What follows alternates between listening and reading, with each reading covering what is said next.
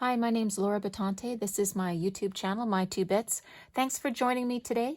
Today we're going to be creating these really cute Christmas ornaments. They are made from paper. I have created them basically with classrooms in mind. I'm using dollar store items. I've got glitter glue, I've got bingo daubers, and I've used some tissue paper, and really you are limited only by your imagination with this project. So you can download this template free. It's in the notes for this video. You can also find the template at my2bits.ca, which you can also find all of the other projects that I've done on my website, as well as all of the templates are available there, and everything is free. So let's get started. So the first thing that we're going to do is create the background papers, and you need to do this if you're going to use glitter glue. You're going to need to do this a day in advance because it takes quite a while to dry. And I grabbed stuff just from the dollar store, so it's super easy. So I have white cardstock, and I used, for this particular design, I used red tissue paper and this glitter glue from the dollar store. And I seldom love dollar store products more than other products, but I have to say that I really like this. It has a very thin tip and it's quite easy to draw with. So, and very dense with the glitter. So I really enjoyed that.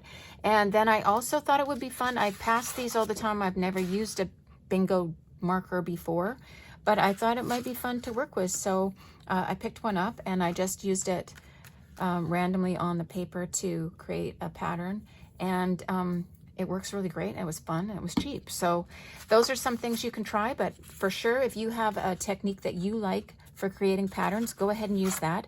I am going to recommend that you stick to a kind of a basic palette, particularly a basic Christmas palette. So here I've gone with just red and white. Here I've done blue and silver, but of course you could do red and green as well. And I made a little plaid right here. That's just with marker and glitter glue. So let's go ahead and get started. So I just use scraps of cardstock that I have lying about. Sometimes there's stuff on the other side. It doesn't matter. Better to use this up. And we're going to just lay our pattern down, so you can get several out of here, but don't aim to like create for your specific ornament. Make it fill the whole thing sort of, so that you can kind of play around with it. And so with the bingo dauber, I literally just kind of randomly space them out. And I don't like to put things in a pattern. I like it to be very random. So that's my approach there. And it dries really quickly, which is super nice. Now you could use a blue Sharpie with this as well, or silver pen if you have it. I'm just going to go really basic and show you how I've been having a lot of fun with this. So I've been using up a lot of glitter glue. So I'm just going to go and do a really oh, I don't even know what to say, just like a little loop for fun. And I'm not going to make it even like I'm decorating a Christmas tree. I'm going to just do it all different. And then I will probably fill in a little. And don't worry about it if it comes up like that. It doesn't matter.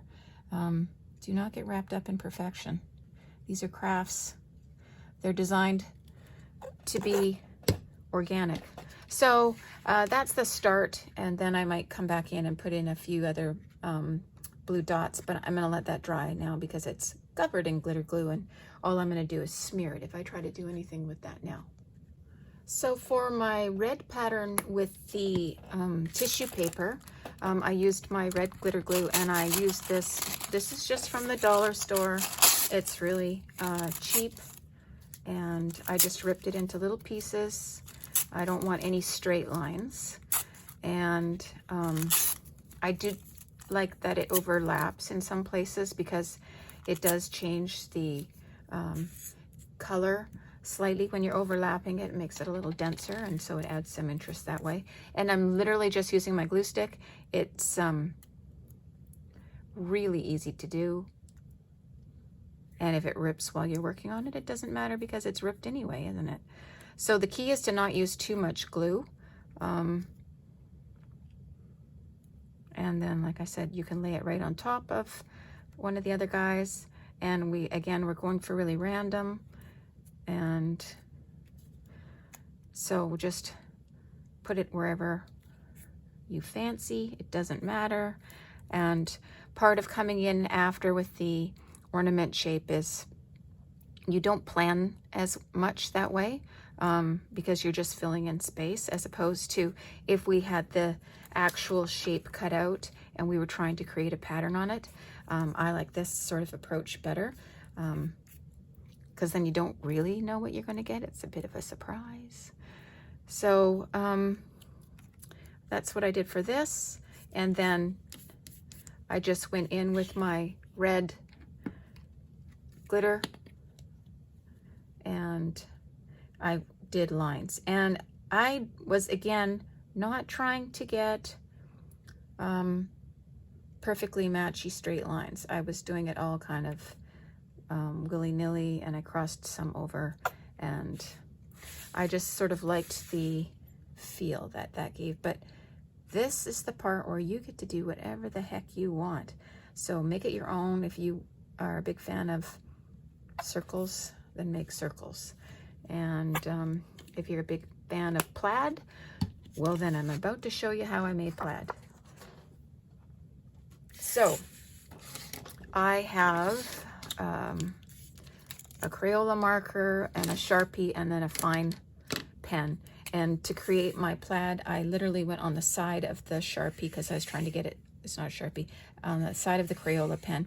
I was trying to get it as wide as I could. And I didn't worry, again, about it being super straight, because why worry? It's going to look good no matter what. And especially when you hit it with a little bit of the glitter, because that just makes it so festive. And I'm not generally a big glitter person, but I actually really love those glitter glues. I'm probably going to go back to the dollar store and get some more of those, because that is fun.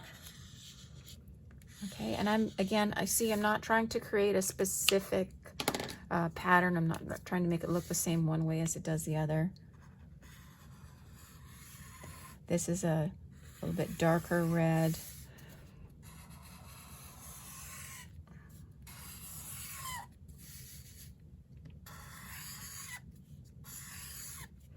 And when we put it down on the ornament, it will, depending on where it goes, it will look very different than it does here. So if you don't love it, don't give up on your pattern until you try cutting an ornament out of it, because maybe it turns out fabulous and you didn't even know it was going to.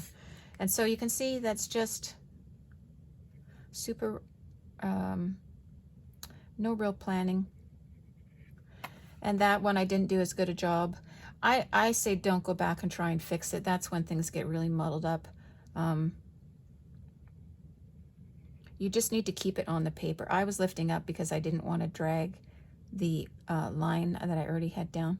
But on those two, I didn't do that, and it actually didn't pull the other line. So we're great. And you could also put in a little of the silver if you wanted. And again, you could totally do this with green, or if you happen to have a purple tree at home and you want to do it in purple, go for it. All right, let's cut some up. So you'll see that for the template, I cut it fairly closely to the template so that I could kind of lay it down and get a feel for what it was going to look like where I placed it. Another way to do the template would be to cut it out of cardstock and leave this part empty, and then you could kind of move it around. But we're just winging it here. It's fine. You have so many spots that you can pick from that I feel like you can't really go wrong. If you don't love the way this one looks, then we'll just go back and do another one right there. It'll be fine.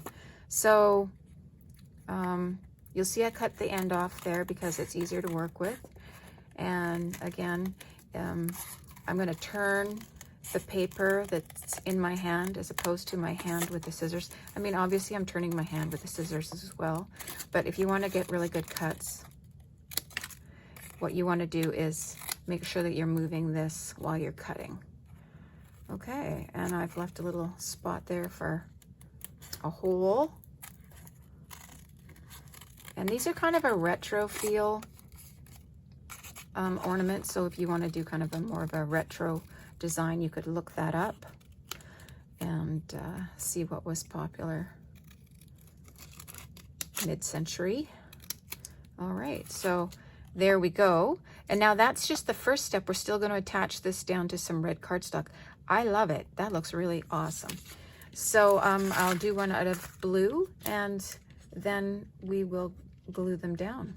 So you could make tons of these and give them as gifts. All right, so I've cut them out and they just need to be attached to the cardstock now. I think they look great. These are really easy to do, and these are perfect for people who maybe don't feel that they have a real artistic flair. We all have some artistic flair, and some of us have stronger skills than others, but that doesn't mean that you shouldn't try. We all have to learn math, and some of us are definitely better in math. So give it a try. I think that you will be pleasantly surprised at what you can create. So we are going to place them, and I'm just going to cut out again a chunk that makes it easier to work with, and we're going to glue it down, and then we're going to cut this out, and it's going to look absolutely amazing, and I think anybody would be really thrilled to get that. Okay, so I have glued them down, and I have given them a little rough trim just so they're easier to work with. And one of the other things that I really love about this craft is that when you go to cut out the outside cardstock, you don't have to worry about it being exactly the same distance all the way around. I find that, well, I like it being inconsistent, and when I do my paperwork, I have inconsistent lines all the time. But I also think it really sort of fits with the style of the ornament. So you don't have to sweat being the perfect cutter here.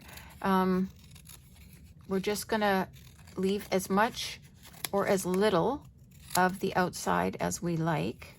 So that's a personal preference thing. And then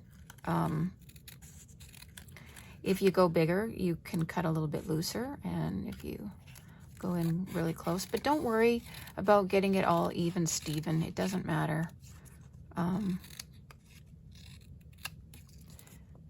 See, this side is thicker here and thinner here. Doesn't matter. It looks great. I like the plaid. It turned out very cute. Although I have to say that my favorite is this tissue paper. I really love the way that looks, and I would do more with tissue paper for sure.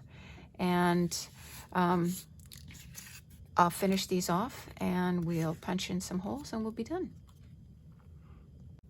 Okay, so we are done. I once again used my handy dandy little hole punch, but a tack works great. And I hope that you enjoyed this craft. I think it was fun. I think it's good for a multitude of age groups. And if you enjoyed this craft, then please give me a like and consider subscribing to my channel. Thanks for joining me today. I hope you enjoyed yourself.